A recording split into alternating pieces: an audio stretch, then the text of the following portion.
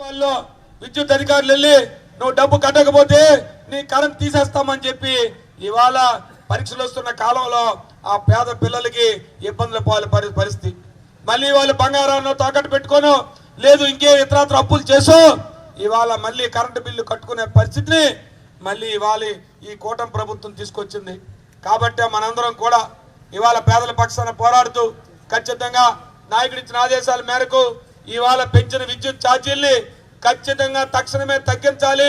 15,000 కోట్ల రూపాయల ఈ విద్యుత్ భారాన్ని ఖచ్చితంగా తగ్గించే వరకు ఖచ్చితంగా పేదల పక్షాన పోరాడతామని చెప్పి మీ ద్వారా తెలియజేస్తూ ఈరోజు ప్రాథమికంగా మనం ఏదైతే మెమరాండాన్ని విద్యుత్ ఛార్జీలు తగ్గించాలని చెప్పి ఇవాళ ఆర్ఎస్ఎస్ అధికారులకి ఈ వారి ద్వారా ప్రభుత్వానికి తెలియజేసే విధంగా మొట్టమొదటి కార్యక్రమం చేస్తున్నాం. రాబోయే రోజుల్లో ఈ పోరుబాటనే ఆపేది లేదు.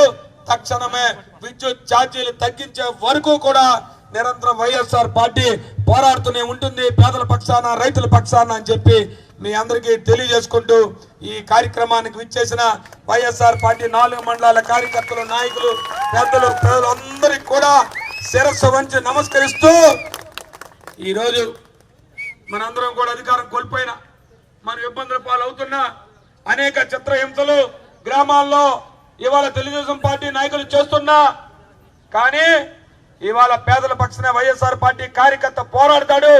వైఎస్ఆర్ పార్టీ కార్యకర్త ఎప్పుడు కూడా అధికారం కోసం కాదు కేవలం ప్రజల కోసం పోరాడతామని చెప్పి ఇవాళ వచ్చిన ప్రతి ఒక్క వైఎస్ఆర్ పార్టీ కార్యకర్తకి కూడా ఇవాళ శిరస్సు వంచి నమస్కరిస్తూ తప్పకుండా రాబోయే రోజుల్లో ఈ కూటమి ప్రభుత్వం చేస్తున్న అరాచకాల్ని ఈ కూటమి ప్రభుత్వం చేస్తున్న బాధ కార్యక్రమాన్ని వారు తప్పకుండా ఇచ్చిన హామీల్ని అమలు పరిచే విధంగా ముందుకు పోతామని చెప్పి మీ అందరికీ తెలియజేసుకుంటూ ఈ కార్యక్రమం ఇచ్చేసిన ప్రతి ఒక్కరికి కూడా పేరున ధన్యవాదాలు తెలియజేసుకుంటూ సెలవు తీసుకుంటాను.